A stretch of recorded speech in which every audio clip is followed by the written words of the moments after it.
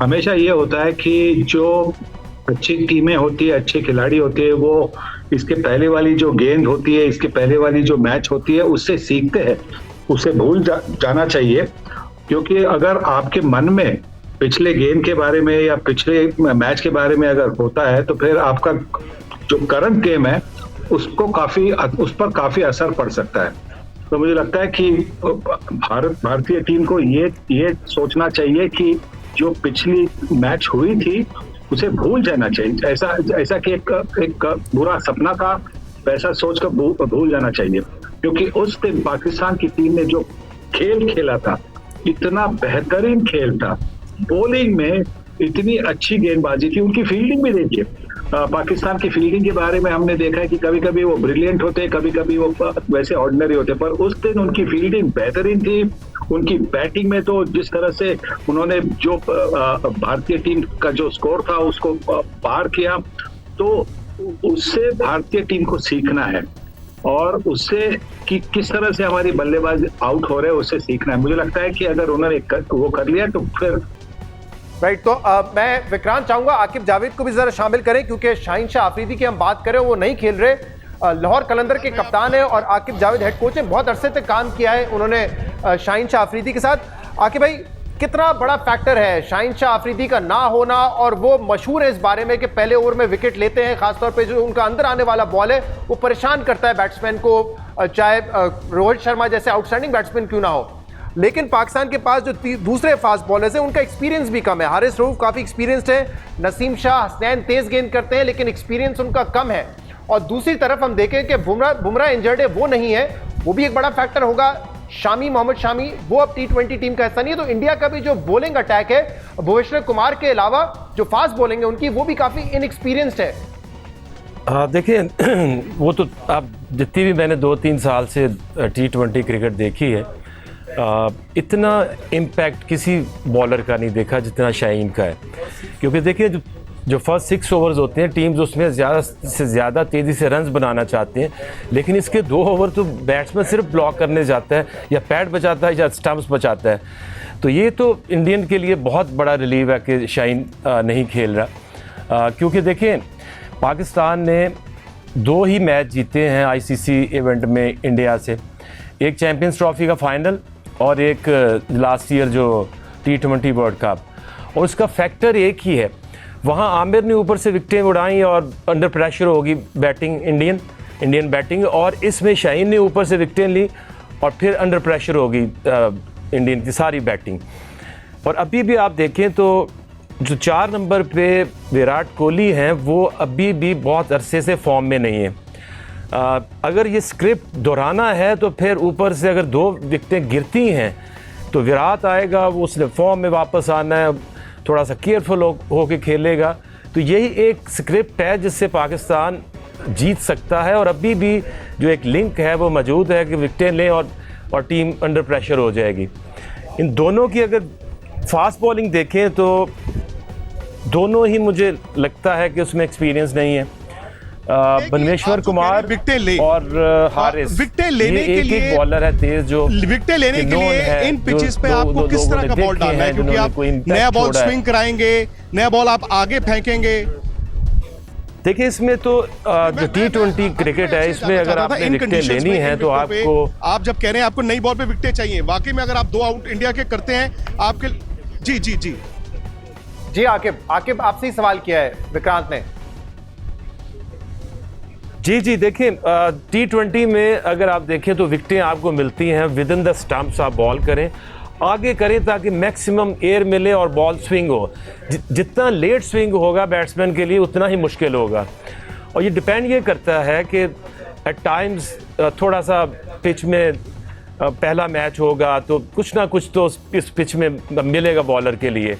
आगे बॉल करें, air maximum दें और विकेटें लें। और आपको बताऊं कि नसीम शाह, वो मैं पिछले 6 महीने से देख रहा हूं कि वो एक लड़का है कि जो नए बॉल से बॉल स्विंग भी करता है और विकेटें भी लेता है। I think Naseem Shah would be the key. और उसके साथ अगर हारिस को 1 ओवर अगर नए बॉल से करा दें ताकि वो मैक्सिमम जो आपके पास चांसेस हैं ऊपर से विकेटें उड़ाने का, उसका फ़ायदा उठाना चाहिए।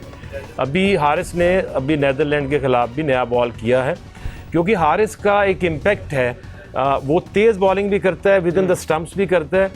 एक ओवर ज़रूर कराना चाहिए नए बॉल से हारिस से, ताकि जो मैक्सिमम आपका चांस है पाकिस्तान ऊपर से विकेटें उड़ाएगा तो ही इंडियन जो एक्सपीरियंस बैटिंग लाइनअप है उसके ऊपर प्रेशर आएगा।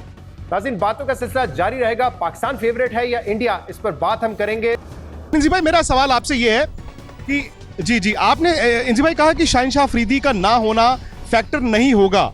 क्या वाकई में शाहीन शाह अफरीदी का ना होना फैक्टर नहीं होगा? क्योंकि इंडिया शायद यूज्ड टू है बुमराह के ना होने से, इंडिया ने तैयारी की थी। मुझे लगा कि शाहीन शाह अफरीदी पर बहुत कुछ निर्भर करता है, बिकॉज साइकोलॉजिकली तो उन्होंने जो 2 बॉलें पिछले साल प्रोड्यूस की उन्होंने मैच खत्म कर दिया, बट उनका ना होना क्या ये पाकिस्तान की बॉलिंग को और कमजोर नहीं करता?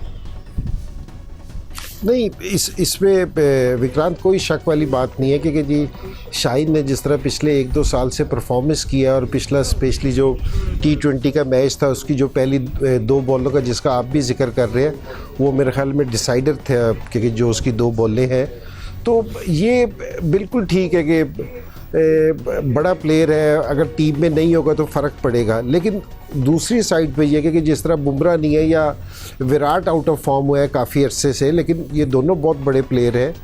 लेकिन बड़ी टीमों की ये क्वालिटी है क्योंकि ये अगर जिस तरह इनके पास 1 से 2 प्लेयर नहीं भी होते तो ये अपना परफॉर्मेंस का लेवल नीचे नहीं गिरने देते।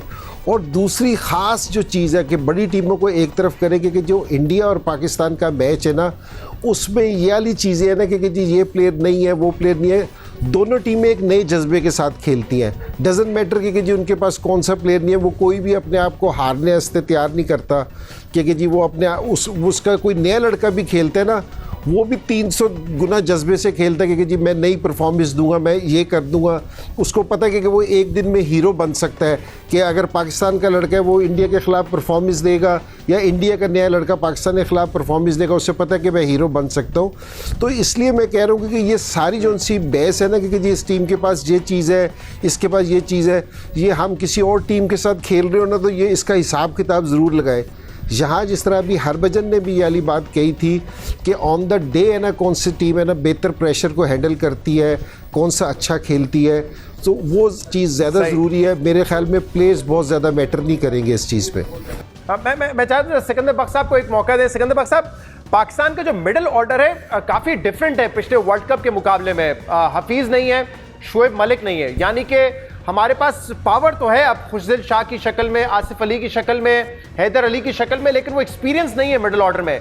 ये पाकिस्तान के लिए बेहतर होगा कि फायर पावर के साथ जा रहे हैं और एक्सपीरियंस के साथ नहीं जा रहे? ये आपके ख्याल में ये बड़े टूर्नामेंट में मुश्किल हो सकता है पाकिस्तान के लिए? मैं हैरान हूँ कि आप एक्सपीरियंस की बात करें। सबसे पहले तो सबको सलाम, नमस्ते।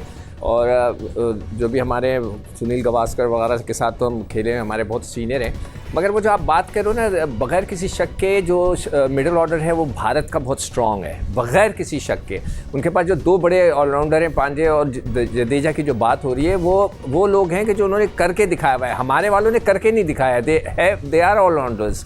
अब हमारे पास इफ्तिखार है, खुशदिल है, आसिफ है, तो आसिफ चले तो चले, वरना नहीं चले। वो थोड़ा सा रिस्की रहता है। खुशदिल ने अभी PSL में बहुत अच्छा किया, मगर नहीं खेला।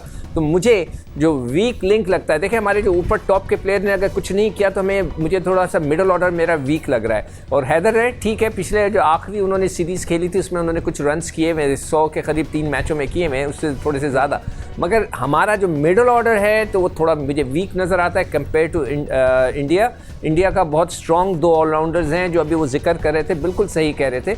और जहाँ तक शाहीन की बात है, शाहीन को हम मिस करेंगे जिस तरह के हम वो बुमराह को मिस करेंगे। मैं खुद बुमराह का बहुत बड़ा फ़ैन हूँ, मगर नसीम शाह की पेस और मुझे लगता है कि वो थोड़ा सा इस दफ़ा Naseem Shah will be a surprise factor for Indians. तो देखते हैं कि इंडियंस उसको कैसे हैंडल करते हैं। स्पिनर्स भी भारत के थोड़े से ज़्यादा एक्सपीरियंस हैं, आउट करने वाले एक्सपीरियंस हैं। जडेजा वनडे में और अश्विन जो है और चाहल भी है, पता नहीं वो 3 खिलाते नहीं खिलाते।